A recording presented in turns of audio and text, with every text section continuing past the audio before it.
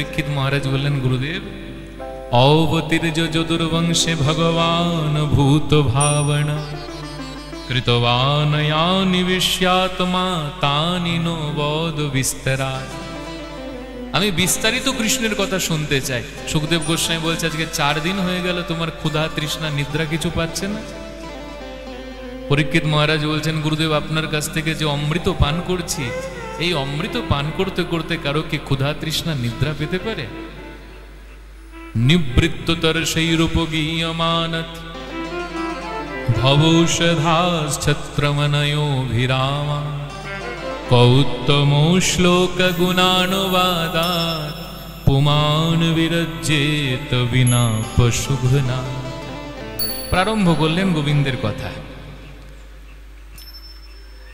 সেই সময় রাজাদের রূপ ধারণ করে অসুরেরা বাস করছিল এই পৃথিবীতে। প্রচুর কষ্ট দেওয়া হচ্ছিল পৃথিবী দেবীকে। ব্রহ্মার কাছে পৃথিবী দেবী গাভী রূপ ধারণ করে আসলেন এবং পৃথিবী দেবী নিজের দুঃখের কথা ব্রহ্মাকে জানালে ব্রহ্মা সমস্ত দেবতাদেরকে নিয়ে ভগবান শ্রী নারায়ণের স্মরণ করলেন। পুরুষ সূক্ত মন্ত্রে ক্ষীর সমুদ্রের তীরে এসে ব্রহ্মা তিনি ভগবানকে স্মরণ করলেন। ভগবানের প্রাকট্য হলো, ব্রহ্মাকে বললেন, হে ব্রহ্মা, আমি ইতিমধ্যেই যদুকুলেতে অবতীর্ণ হব, সমস্ত দেবতাদেরকে বলো তারাও যেন বৃষ্ণি বংশ, ভোজ বংশ, যদুবংশেতে অবতীর্ণ হয়ে আমার সেবায় নিযুক্ত হয়। ব্রহ্মা তিনি হাস্যোজ্জ্বল মুখেতে ধরিত্রী দেবীকে বললেন, পৃথিবী, আর তোমার কোনো দুঃখ নেই, তোমার দুঃখ হরণ করতে স্বয়ং ভক্তবৎসল শ্রী ভগবান প্রকট হবেন। দেবতাদেরকে বললেন নিজ নিজ অংশেতে যেন তারা জন্ম নেয়। এদিকে যদুবংশীয় রাজা সুরসেনের পুত্র বসুদেবের সাথে দেবকের কন্যা দেবকীর বিবাহ, কথা আপনারা সবাই জানেন। কংস তিনি বললেন, দেবকী, আজকে তোকে শ্বশুরালয়ে আমি নিজে রাখতে যাব। রথের সারথীর পদে কংস বসে বললেন। জনতা জনার্দন ভাবল, দুষ্ট কংসের এরকম মতি কি করে পরিবর্তন হয়ে গেল। দেখবে নেতা মন্ত্রী অনেকে থাকে, ভুল কাজ করতে করতে একটু নিজের রেপুটেশন ঠিক করতে কখনো কখনো একটু ভালো কাজও করে দেয়। আর জনতা জনার্দন ভাবে এই রকম আমরা নেতা পেয়েছি, আমাদের দেশের বিরাট মঙ্গলই হবে। কিন্তু ওই ভালো কাজটা তার মুখোশ পরে হয়, প্রকৃত তার হৃদয়ে তো কোনো সদ্ভাবনা থাকে না। কংস তিনি দেবকীকে নিয়ে যাচ্ছে শ্বশুরালয়ে, আর এই প্রকার দেবতারা অশ্বতাম অষ্টম গর্ভ হন্তায়াং বহসে বুধা আকাশবাণী করে দিল, দেবকীর অষ্টম লাল তোর হবে কাল। আর শুনেই কংসের চোখ হয়ে গেল লাল, বের করে নিল তরোয়াল, দেবকীর মাথার কেশ ধরে কাটতে গেল গলা। বসুদেব এসে চরণে পড়ে বলল, মহারাজ, এ কি করছেন দুপুরবেলা? করছেনটা কি আপনি? এত এত জনগণের সম্মুখে আপনার নিজ ভগিনী এরকম অবলা আমার পত্নীকে কেন হত্যা করেছেন? আরে ক্ষতি তো দেবকীর অষ্টম গর্ভ করবে, দেবকী তো করবে না। আমি বসুদেব প্রতিজ্ঞা করলাম জগতের সম্মুখে দেবকীর প্রত্যেকটি সন্তান আপনার হাতে সমর্পণ করব। কোনোভাবে দেবকীর প্রাণ বাঁচিয়ে কংসের কাছ থেকে তাকে নিয়ে নিজালয়ে প্রবেশ করলেন বসুদেব। দেবকীর প্রথম পুত্র হলো যার নাম দিয়েছিলেন কীর্তিমান। দেবকী তাকে হৃদয়ের সাথে লাগিয়ে আদর করছিলেন। বসুদেব তার প্রতিজ্ঞা রক্ষা করবার জন্য বক্ষের থেকে ছিনিয়ে নিয়ে কংসের হাতে দিলেন। কংসের হৃদয়েতে দয়া হলো, বসুদেবকে বললেন, মহারাজ, এই পুত্রকে তুমি নিয়ে চলে যাও, অষ্টম গর্ভ আমার কাল হবে, একে মেরে কি হবে। বসুদেব নিয়ে যাচ্ছিল, এমন সময় দেবতারা ফোন করে দেবর্ষি নারদকে ডাকলো। দেবতারা বলল, মহারাজ, এবার আপনি গিয়ে কিছু ঘটিয়ে আসেন, আপনি তো অঘটন ঘটাতে ভালোই পারেন। দেবর্ষি নারদ বললেন, কেন ভাই, কি করতে হবে? দেবতারা বলল, কংস তো ভালো মানুষ হয়ে যাচ্ছে, এক এক করে পুত্রকে যদি ছেড়ে দেয়, কৃষ্ণের আস্তে আস্তে অনেক দেরি হবে। কৃষ্ণ ভগবান তিনি অষ্টম গর্ভে আসবে। কোনো মায়ের যদি সন্তান জন্ম হয়ে কোনো কারণে তার মৃত্যু হয়ে যায়, তো তার পরের গর্ভ শীঘ্র আসে। তাই আপনি ব্যবস্থা করেন যাতে কংসের হাতে 6 জনের নিধন হয়। আর ভগবান যে আসবে কংসকে এমনি এমনি হত্যা করবে কোনো কারণ যদি না থাকে? দেখা গেল 6 জন টিকে গেল, কংস বুড়ো হয়ে এমনি মরে গেল। কৃষ্ণের লীলার কোনো তাৎপর্য থাকবে না দেবর্ষি। আপনি গিয়ে ভগবানের লীলাকে পুষ্ট করবার জন্য এইটুকু তো আমাদেরকে সহায়তা করবেন। দেবর্ষি নারদ বিনা বাজাতে বাজাতে কংসের সম্মুখে গেল। কংসকে বলল, ভাবতাম তোমার অনেক বুদ্ধি আছে, দেখলাম তোমার মতো নির্বোধার জগতে কেউ নেই। কংস বললেন, মহারাজ আমাকে বোকা কেন মনে হচ্ছে? দেবর্ষি নারদ বলছেন, আচ্ছা কংস বলো দেখি এখানে পঞ্চম আঙুল কোনটা? কংস বলল, এইটা।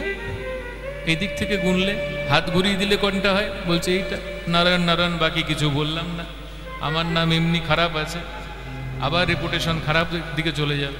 কংস বুঝে গেল, হায় রে, দেবতারা যদি উল্টো গুনে দেয় তাহলে তো প্রথম পুত্রই অষ্টম পুত্রেতে দাঁড়িয়ে যাবে। সঙ্গে সঙ্গে বসুদেবের হাত থেকে কেড়ে নিয়ে সেই পুত্রকে পাথরের সাথে আছাড় মেরে দিল। হতেষু সটেষু বালেষু দেবক্যা উগ্রসেনিনা। এরকম 6টি পুত্রকে বধ করেছিল কংস। আচ্ছা 6টি পুত্র কে ছিল জানো?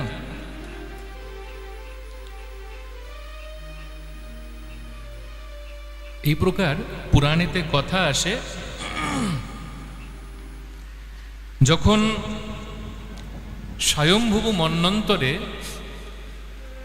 ব্রহ্মার পুত্র মরীচির পত্নী উর্নার গর্ভেতে 6টি পুত্র জন্মেছিল, যাদের নাম ছিল স্মর, উদ্গীত, পরিসঙ্গ, পতঙ্গ, ক্ষুদ্ভৃত, ঘৃণী।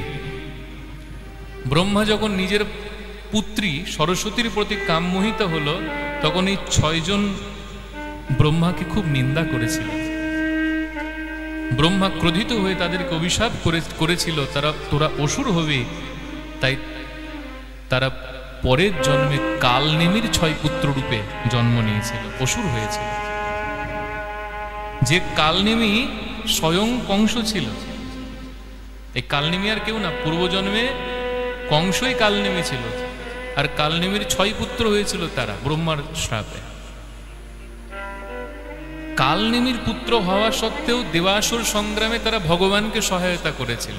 দেবতা অসুরদের মধ্যে যখন যুদ্ধ বাঁধলো না, বললাম অমৃত মন্থনে, তখন ভগবান দেবতাদের পক্ষ নিয়েছিল, আর কালনেমি অসুরদের পক্ষ নিয়েছিল।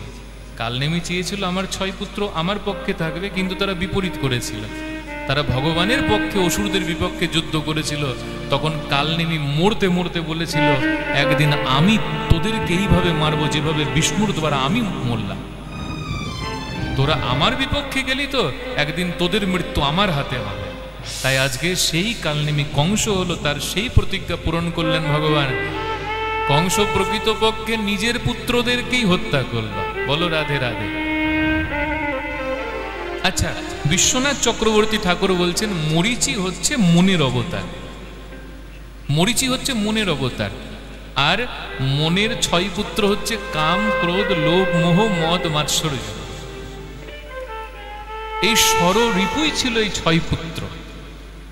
তো ভগবান প্রকট হবে কখন? যখন ষড়রিপুর অবসান হবে। তাই জন্য যেন কেন প্রকারেণ দেবর্ষি নারদের দ্বারা ষড়রিপু স্বরূপ এই 6 পুত্রের মৃত্যু হলো। 7ম গর্ভেতে সাক্ষাৎ বলদেব চন্দ্রের আবির্ভাব হলো। 7ম বৈষ্ণবম ধামম ইয়মনন্তম প্রচক্ষতে গর্ভবভূব দেবক্যা হর্ষ শোক বিবর্ধনম। সাক্ষাৎ শঙ্করেশন অনন্ত বলদেব চন্দ্র দেবকীর গর্ভেতে প্রকট হলো 7ম পুত্র রূপে। ভগবান তিনি মনে মনে বিচার করলেন, বলদেবের সাথে তো কোনো কায়দা চলবে না কংসের। কংস বধ করতে গেল 6 পুত্রের মতো, আর দেখা গেল বলদেব কংসের মাথাতেই হল মুসল ভেঙে দিল। তাহলে তো আমার লীলার কোনো আর কার্যই থাকবে না। তাই দেবকীর গর্ভ হইতে বলদেব চন্দ্রকে বসুদেব মহারাজের আরেক পত্নী নন্দ ব্রজে অবস্থান করতেন, দেবী রোহিণীর গর্ভে স্থানান্তরিত করে দিলেন। আর যথাকালে রোহিণীর গর্ভ হইতে রোহিণী নন্দন শ্রী বলদেবের আগমন হলো। ঠিক আগামীকালের তিথিটি, আগামীকাল কি? রাখি পূর্ণিমা। আগামীকালের যে পূর্ণিমা তিথি, এই পূর্ণিমা তিথিকেই বলা, এর অনেক নাম আছে। রাখি পূর্ণিমা, ঝুলন পূর্ণিমা, আবার এই পূর্ণিমাকে বলা হয় বলদেব পূর্ণিমা। এই পূর্ণিমা তিথিতে এই বিষয়ে একটু মতান্তর আছে। ব্রজেতে এই প্রকার বলা হয়, ভাদ্র মাসের শুক্লপক্ষের ষষ্ঠী তিথি বলদেব ছট যাকে বলা হয়, সেই তিথিতে। যাই হোক, আমরা গৌড়ীয় বৈষ্ণব যারা, তারা বলদেব পূর্ণিমাকেই মানি বলদেবের আবির্ভাব রূপে। আগামীকাল বৈষ্ণবরা ব্রত করে, যে প্রকার একাদশী ব্রত হয়, কেউ কেউ নির্জলা নিরাহার করে নেয়, কেউ তো অনুকল্প গ্রহণ করে, কেউ ফলমূল সেবন করে। বলদেব চন্দ্রকে আরাধনা করবার জন্য, বলদেব হচ্ছেন গুরু তত্ত্ব। গুরু কৃপা না হলে কখনো ভগবত কৃপা আমাদের উপর হবেই না। তাই গুরুদেব, গুরুতত্ত্ব বলদেবকে সম্মান জানাতে আগামীকাল ব্রত করা হয়। বলো রাধে রাধে। এবার দেবকীর গর্ভে অষ্টম পুত্রের আবির্ভাব হল। আর অষ্টম পুত্র কে? সাক্ষাৎ ভগবান। সাক্ষাৎ ভগবান তিনি দেবকীর গর্ভেতে প্রকট হলেন। কংস কোনো রিস্ক নিলেন না, দেবকী বসুদেবকে কারাগারেতে ভরে দিলেন। কখন কোথায় প্রকট হয়ে যাবে, কি না কি ঘটে যাবে, তাই কোনো আর চিন্তার মধ্যেই গেলেন না। কারাগারে প্রকট হবে আর সেখান থেকেই বধ করে দেব। কংস প্রতিদিন এসে দেবকীকে দেখে যেত, আর কংস তিনি লক্ষ্য করত যে দেবকীর উত্তর উত্তর সৌন্দর্য রূপ লাবণ্য বৃদ্ধি পাচ্ছে। দেবকীর চরণের কাছে প্রতিদিন কংস পুষ্প পড়ে থাকতে দেখত। বুঝতে পারতো না পুষ্পগুলো আসে কোথার থেকে। আর সেই পুষ্পগুলো দেখে কংস বুঝতেও পারত যে এই পুষ্পগুলি এই পৃথিবীর পুষ্প নয়, অন্য কোনো জগৎ থেকে হয়তো এসেছে। প্রতিদিন দেবতারা এসে মা দেবকীর পূজা করে, মা দেবকীর গর্ভকে পূজা করে সেই পুষ্পগুলো বর্ষণ করে যেত। ব্রহ্মা, শিব, শুক, নারদ, ধ্রুব তারা এসে প্রত্যহ স্তুতি করত। সত্যব্রতম সত্য পরম ত্রিসত্যম, সত্যব্রতম সত্য পরম ত্রিসত্যম, সত্যস্য যোনিম নিহিতম চ সত্যে, সত্যস্য যোনিম নিহিতম চ সত্যে, সত্যস্য সত্যমৃত সত্যনেত্রম, সত্যস্য সত্যমৃত সত্যনেত্রম, সত্যাত্মকম ত্বাম শরণম প্রপন্না, সত্যাত্মকম ত্বাম শরণম প্রপন্না, সত্যাত্মকম ত্বাম শরণম প্রপন্না, সত্যাত্মকম ত্বাম শরণম প্রপন্না, সত্যব্রতম সত্যপরম ত্রিসত্যম, সত্যব্রতম ত্রিসত্যম, সত্যব্রতম সত্যপরম ত্রিসত্যম। ভগবানকে সত্য সত্য সত্য 9 বার সত্য বলে বন্দনা করতেন, খুব স্তুতি গাইতেন। খুব সুন্দর কথা। এটা তো গেল মথুরার কথা। জানেন ভক্ত, ভগবান কেবল দেবকীর পুত্ররূপে নয়, একই কালে ভগবান যশোদার গর্ভ হইতেও প্রকট হয়েছিলেন। শাস্ত্রেতে এই প্রকারই তো বলা আছে। গোপাল ভট্ট গোস্বামী ভগবানের জন্ম রহস্য বলেছেন গোপাল চম্পু গ্রন্থে, আর সেখানেও তিনি একই কথা বলেছেন। তিনি শুধু দেবকী নন্দন নয়, তিনি যশোদা নন্দন হয়েও প্রকট হয়েছেন। নন্দ বাবা সুমুখ গোপের কন্যা যশোদাকে বিবাহ করেছিলেন। বৃন্দাবনের অধিপতি ছিলেন তিনি। তার পিতা পর্জন্য মহারাজ সমগ্র ব্রজমণ্ডলের অধিপতি রূপে অভিষিক্ত করে তিনি বনে গিয়ে ভগবানকে পেয়েছিলেন। নন্দ বাবা বহুদিন গৃহস্থ হয়েছিলেন, কিন্তু তার কোনো সন্তান হচ্ছিল না। বহু তপস্যা করেছিলেন, বহু যজ্ঞ করিয়েছিলেন যমুনার তটে। একদিন পূর্ণমাসী দেবী ঘরে আসলেন। নন্দ বাবা প্রণাম করে জিজ্ঞাসা করলেন, মা আপনার আগমনের কারণ? বললেন, নন্দ, বহুদিনের ইচ্ছা শখ, ব্রজেতে বাস করব। তুমি যদি আমাকে ব্রজে একটা কুটিয়া বানিয়ে দাও তবে আমি মধুমঙ্গলকে নিয়ে থাকতে পারি। নন্দ বাবা বললেন, মা আপনি আমাদের ব্রজে থাকবেন এ তো আমাদেরই মঙ্গল। আপনি যেখানে বলবেন আমি সেখানে সুব্যবস্থা করে দেব। তখন পূর্ণমাসী দেবী নন্দ বাবার মাথাতে হাত রেখে বলল, নন্দ তোমার মনের সমস্ত ইচ্ছা পূর্ণ হোক। এবার তো অনেক দিন হলো, তোমার ঘরে ছোট্ট একটা লালা প্রকট হোক। নন্দ বাবা কিছু বললেন না, মাত্র নেত্রের কোণটা ভিজে গেল। কেননা জানে 80-90 বছর বয়সে কি আর লালা হয়। একদিন যমুনা থেকে স্নান করে ফিরেছিলেন, ব্রাহ্মণরা সৎসঙ্গ করছিলেন, নন্দ বাবা তাদের দণ্ডবোধ করলেন। ব্রাহ্মণরাও 2 হাত তুলে বললেন, নন্দ তোকু লালা হয়ে গো, তোর ঘরে এবার লালা হবে দেখবি। নন্দ বাবা বলছেন, মজা করছেন নাকি আমাকে নিয়ে? এই 80 বছর বয়সে কেউ বাপ হতে পারে? ব্রাহ্মণরা বলে, মুখ থেকে বেরিয়ে গিয়েছে, যাই বলি না কেন তাই হবে, ফল দেবে নন্দ। যশোদা মাও আসলেন ঘরেতে সাধু সঙ্গ করে। নন্দ বাবাকে বললেন, মহারাজ সবই তো করলাম, সাধুদের কাছে শুনলাম একাদশী ব্রত করলে নাকি পুত্র হয়, একাদশী ব্রত নাকি পুত্র প্রদান করে। নন্দ বাবা বলে, তাহলে একাদশী শুরু করো।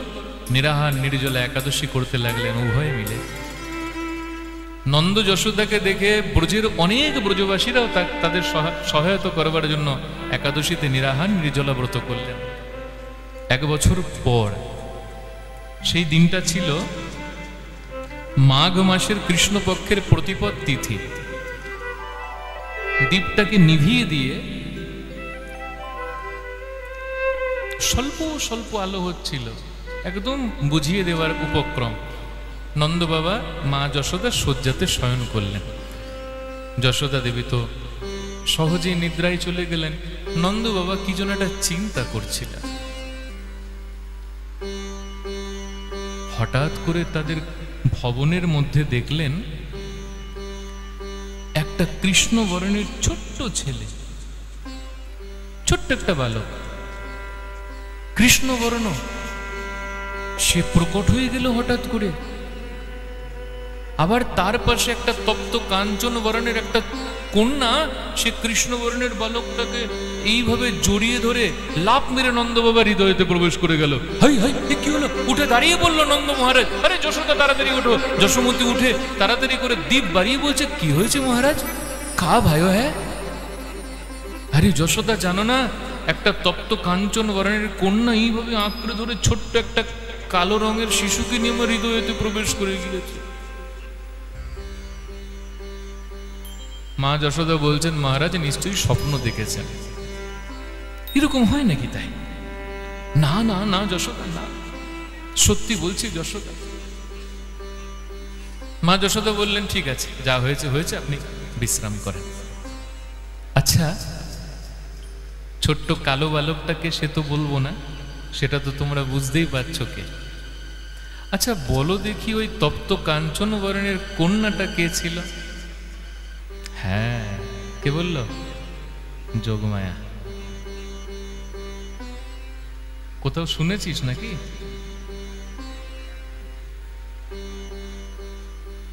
সাক্ষাৎ যোগমায়া দেবী। শোনো, যশোদার গর্ভ হইতে শুধু কৃষ্ণ প্রকট হয়েছিল না, দেবকীর গর্ভ হইতে শুধু কৃষ্ণ প্রকট হয়েছিল, যশোদার গর্ভ হইতে কিন্তু কৃষ্ণ আর তার ভগিনী রূপে সাক্ষাৎ যোগমায়া প্রকট হয়েছিল। অষ্টমীতে কৃষ্ণ আর নবমীতে যোগমায়া দেবী প্রকট হয়েছিল। বড় আনন্দের কথা, তারপর থেকে গর্ভ লক্ষণ প্রকাশ পেল। নন্দ বাবার হৃদয় থেকে মা যশোদার শরীরে প্রবেশ করে গেল কৃষ্ণ যোগমায়া। মা যশোদা কে দেখে সবাই বুঝতেই পারলেন গর্ভে সন্তান এসেছে। খুব উৎসব হতে লাগলো নন্দ ব্রজে। ব্রজবাসীরা বড় বাধাই গাইতে লাগলো। ভগবান দেবকীর দেবীর গর্ভে, যশোদা দেবীর গর্ভে 8 মাস অবস্থান করেছিলেন। হরিবংশ পুরাণ বলছে উভয় গর্ভেতেই ঠাকুর 8 মাস ছিলেন। তারপরে সেই সর্বসুলক্ষণ কাল এসে উপযুক্ত হয়ে উপস্থিত হলো, সমস্ত দিক স্বচ্ছ হয়ে গেল, আকাশ গ্রাম নগর খনি মঙ্গলময় হয়ে উঠল, নদীর জল বর্ষাকালের জল ঘোলা জল পবিত্র স্বচ্ছ হয়ে গেল। রাত্রিবেলাতে পদ্ম প্রস্ফুটিত হতে লাগলো, যে পদ্ম ভাস্করকে না দেখলে কখনো প্রস্ফুটিত হয় না। কংসের অত্যাচারে নিভে যাওয়া যজ্ঞের অগ্নি প্রজ্বলিত হয়ে গেল, ব্রাহ্মণেরা ঘুমন্ত অবস্থায় বেদের স্বপ্ন দেখতে লাগলো, চতুর্দিক শুধু মঙ্গল ধ্বনি প্রজ্বলিত হলো। স্বর্গের দেবতারা দুন্দুবি বাজিয়ে স্বর্গেতেই আনন্দ কীর্তন করতে লাগলো। দিনটা ছিল বৈবস্বত মন্বন্তর, অষ্টবিংশতি চতুর্যুগ, দাপরের শেষ। আমরা আজ যে কলিযুগেতে আছি ঠিক তার পূর্বের দাপর, দাপুরের একদম শেষ চরণ, অন্তিম চরণে ভাদ্র মাস কৃষ্ণপক্ষ অষ্টমী তিথি বুধবার, রোহিণী নক্ষত্র, হর্ষণযোগ, মধ্যরাত, এই প্রকার বর্ষা মুখর পরিবেশ। ভগবান তিনি জগৎকে কৃতার্থ করবার জন্য, দেবতাগণের সেই প্রতিজ্ঞাকে রক্ষা করবার জন্য, ধরিত্রী দেবীর দুঃখকে দূর করবার জন্য, সাধুকে পরিত্রাণ করবার জন্য, অসুর দলনের জন্য এবং জগতের ধর্মকে প্রতিষ্ঠাপন করবার জন্য ভগবান তিনি একই সময়েতে দেবকী নন্দন এবং যশোদা নন্দন রূপে প্রকট হলেন। বলো দেবকী নন্দন ভগবান কি, যশোদা নন্দন ভগবান কি, বলো কৃষ্ণ কন্হैया লাল কি। হলো দেবতাদের হৃদয়ে, দেবতারা বুঝলো কংসের অত্যাচার থেকে এবার জগৎ মুক্ত হবে। ধরিত্রী দেবী তাতা থইয়া করতে করতে নৃত্য করল, সকলে গোবিন্দের সেই ছোট্ট রূপের ঝাঁকি দর্শন করল। যশোদার গর্ভ হইতে ভগবান কিন্তু ছোট্ট বালক রূপে প্রকট হয়েছিলেন, কিন্তু দেবকীর গর্ভ হইতে ভগবান তিনি শঙ্খ চক্র গদা পদ্ম ধারণ করে প্রকট হয়েছিলেন। ভক্তগণ, তমদ্ভূত বালকম অম্বুজে ক্ষণম চতুর্ভুজম শঙ্খ গদায়ুধায়ুধম শ্রীবৎসলক্ষ্মম গলশোভিকৌস্তভম পীতাম্বরম সান্দ্রপয়োদশোভগম। ভগবান তিনি শঙ্খচক্র গদা পদ্ম নিয়ে দেবকী দেবীর সম্মুখে প্রকট হলেন। দেবকী যশোদ আর বসুদেব তো খুব গোবিন্দকে স্তুতি গাইতে লাগলেন। ভগবান বললেন, পূর্বে তোমরা পৃষ্ণি সুতপা ছিলে, 12,000 বৎসর আমার তপস্যা করেছিলে, তাই তোমাদের পুত্র রূপে প্রকট হয়েছে। বসুদেব মহারাজকে ভগবান বললেন, যাও পিতা, আমাকে এখনই নন্দ মহারাজের ভবনেতে রেখে দিয়ে আসো। বসুদেব বললেন, কি করে যাব পুত্র, আমার যে সারা শরীর শৃঙ্খলেতে বন্ধ। ভগবান বললেন, পিতা, আমার নাম ভক্ত করলে পরে তার ভববন্ধন ছিন্ন হয়ে যায়, তুমি লোহার শিকলের বন্ধনকে দেখে ভয় পাচ্ছ। দেখতে দেখতে ভগবানের কৃপায় বসুদেব মহারাজের শরীর থেকে সেই সমস্ত বন্ধন ছিন্ন হয়ে গেল।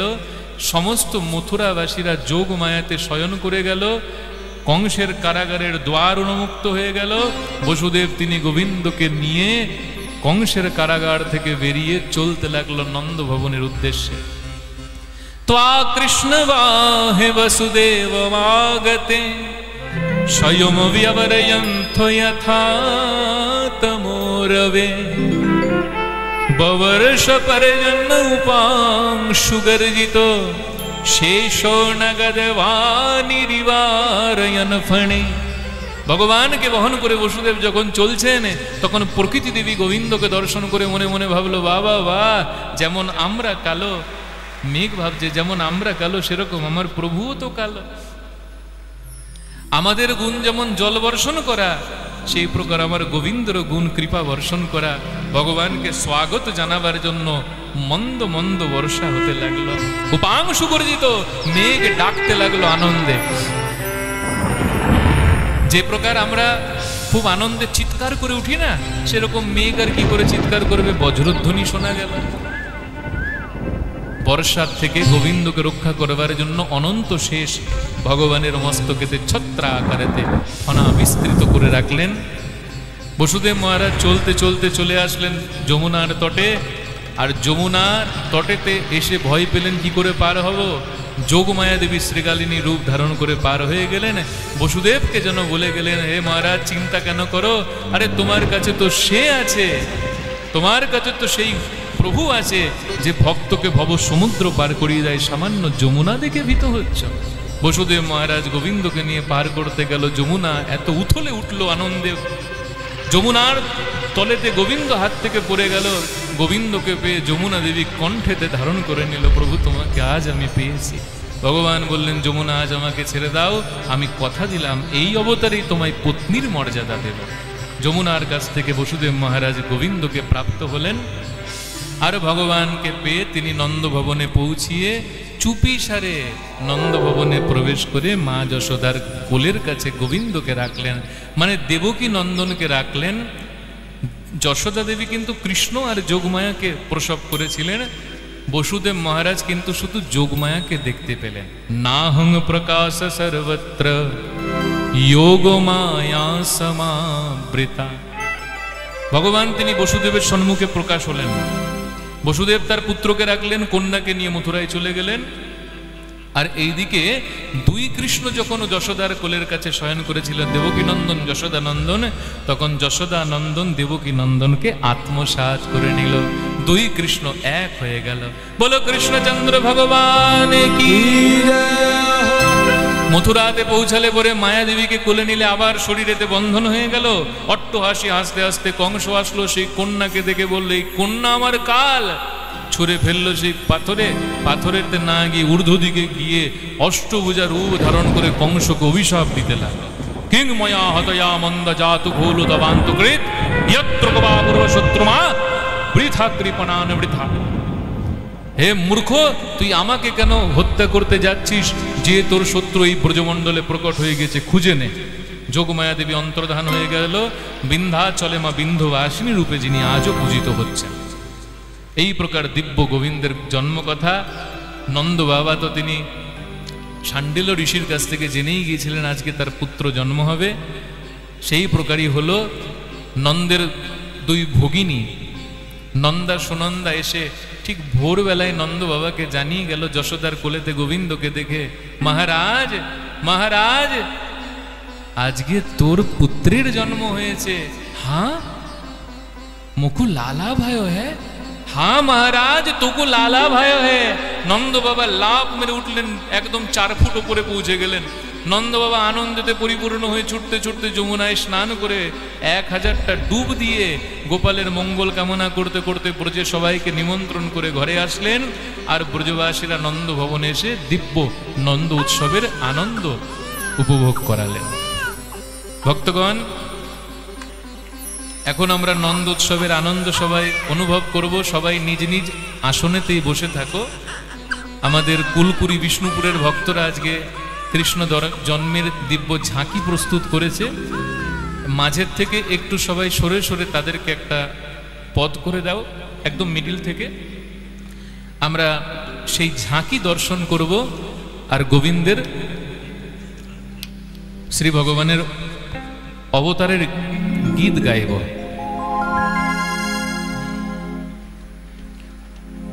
आ गया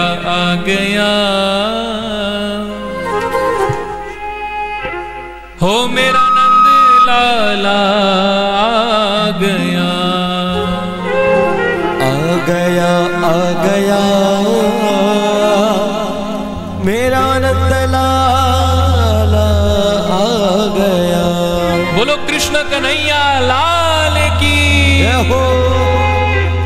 आ गया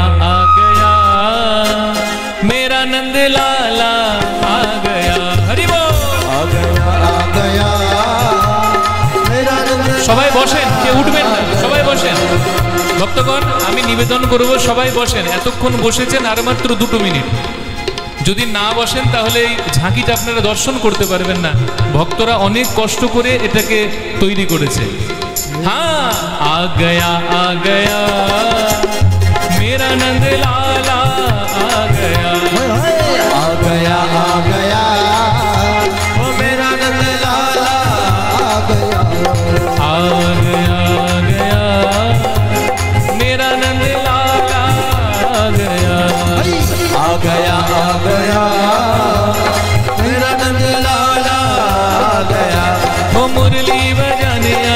सबको नचाने आया, मुरली बजाने आया सबको नचाने आया, मुरली बजाने आया सबको नचाने आया, मुरली बजाने आया सबको नचाने आया, सबको नचाने आ गया, आ गया, आ गया मेरा नंद लाला आ गया, आ गया, आ गया मेरा नंद लाला आ गया। कृष्ण कन्हैया लाल की जय हो।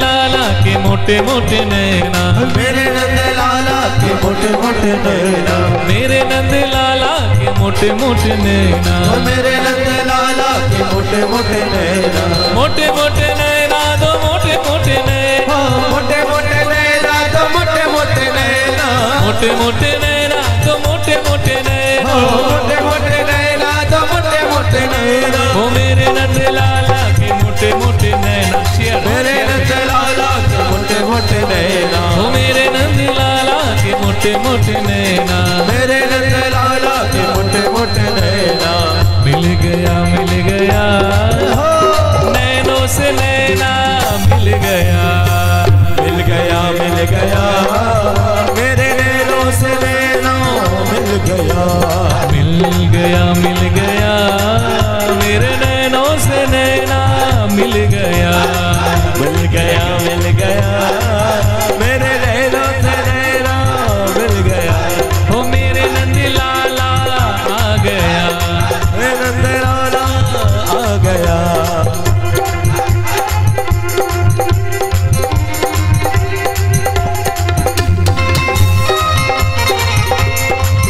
बोलो कृष्ण कन्हैया लाल की।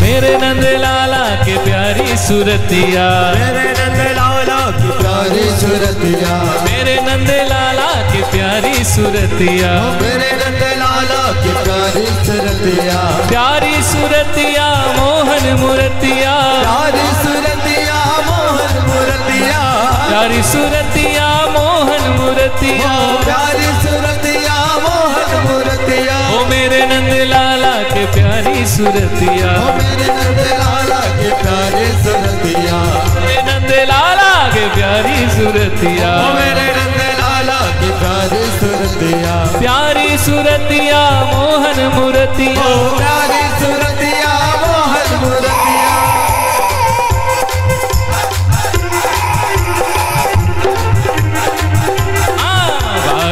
भाग गया मेरे दिल को ये भाग गया, आ गया, आ गया तो मेरे नंद लाला आ गया, मेरे नंद लाला आ गया, ओ मेरे नंद लाला आ गया, मेरे गोपाला आ गया, ओ मेरे गोपाला आ गया, आ गया, आ गया मेरे नंद लाला आ गया, आ गया, आ गया मेरे नंद लाला आ गया, वो मुरली बजाने आया सबको रिझाने आया, मुरली बजाने आया सबको रिझाने आया, वो मुरली बजाने आया सबको रिझाने आया, मुरली बजाने आया सबको रिझाने आया, सबको नचाने आ गया, आ गया, आ गया मेरे नंदलाल आ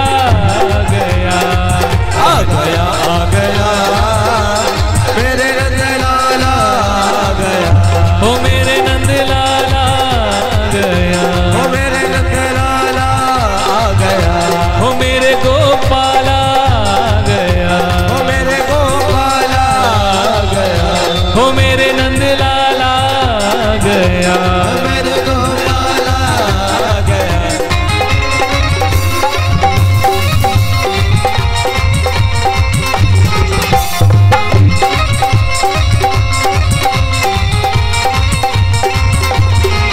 DJ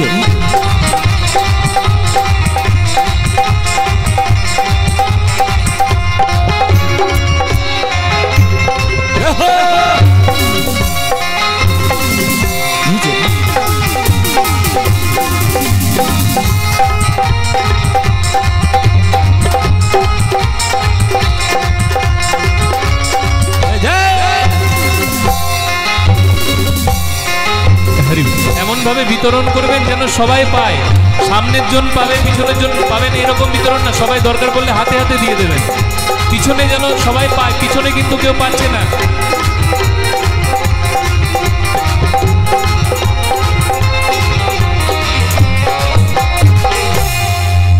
নিগম কল্পতরুর্গলিতম ফলম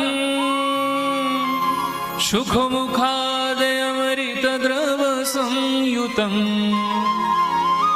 পিবত ভাগবতম রসমালয়ম মুহুর্মুহু রসিকা ভুবি ভাবুকা।